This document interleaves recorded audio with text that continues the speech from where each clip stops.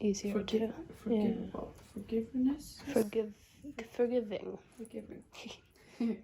I teach you weave, you Yeah. teach me English. Exactly.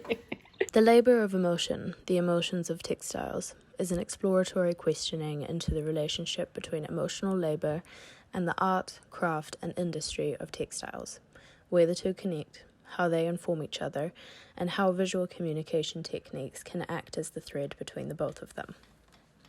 This project begins with the definition of emotional labour. In this research, I have chosen to define it in two ways. The first being the management of emotions within a job context, in order to appease both clients and employers. For example, a fake customer service smile or putting up with customers' rude behaviour for the sake of business, thus turning personal emotional value into company economic value.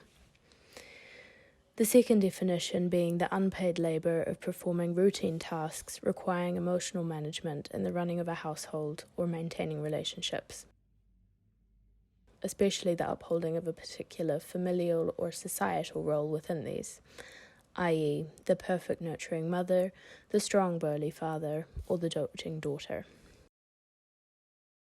Creative's work, however, is a selling of true self.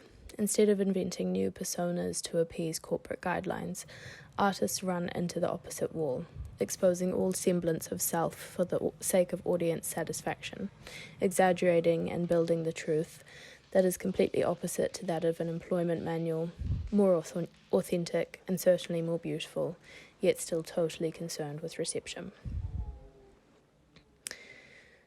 To quote Jan Vervoort, "We have now entered a culture where we no longer just work, we perform. We, the creative types, who invent jobs for ourselves by exploring and exploiting our talents to perform small artistic and intellectual miracles on a daily basis. When we perform, we develop ideas, and therefore provide the content for an economy based on the circulation of a new currency, information." Textile artist Anna Nordstrom's collection of patchwork pieces on the archaic smile is a pure example of an artist communicating emotional labour through her craft. The pieces are of pepless core. Her classically sculpted smile was used by sculptors in archaic Greece to suggest that their subject was alive and infused with a sense of well-being.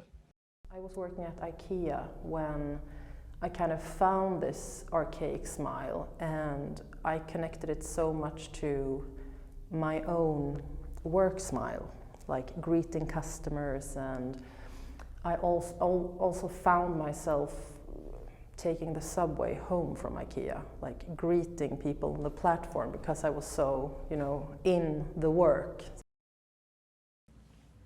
It was in this research from Vervoort that connected creativity and emotional labour for me. However, in finding Nordstrom's work, I realised the further specification of textiles comes from an examination of the craft. Weaving sits between industry and art, between physical and emotional.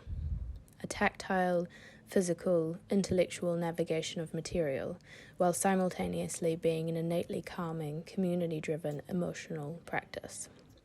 It is a metaphor and visualization of the balance between emotion and labor, an introspective, creative, emotional craft that is seen useful when it is applied to industry, but so often disregarded when created for the sake of expression.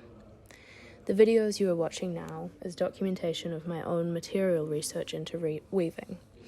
As I sat at the loom, chatting to the weavers beside me, developing my own emotional relationship to the craft, I understood the importance of exploring this relationship between emotional labour and textiles through interviews with practitioners. It is in this way that my design approach is to provide the beginning and the end of this project, but to let those who live and breathe this topic do the real talking, setting up a framework of research for my interviewees to respond to, then connecting each of them after the fact in the form of a publication.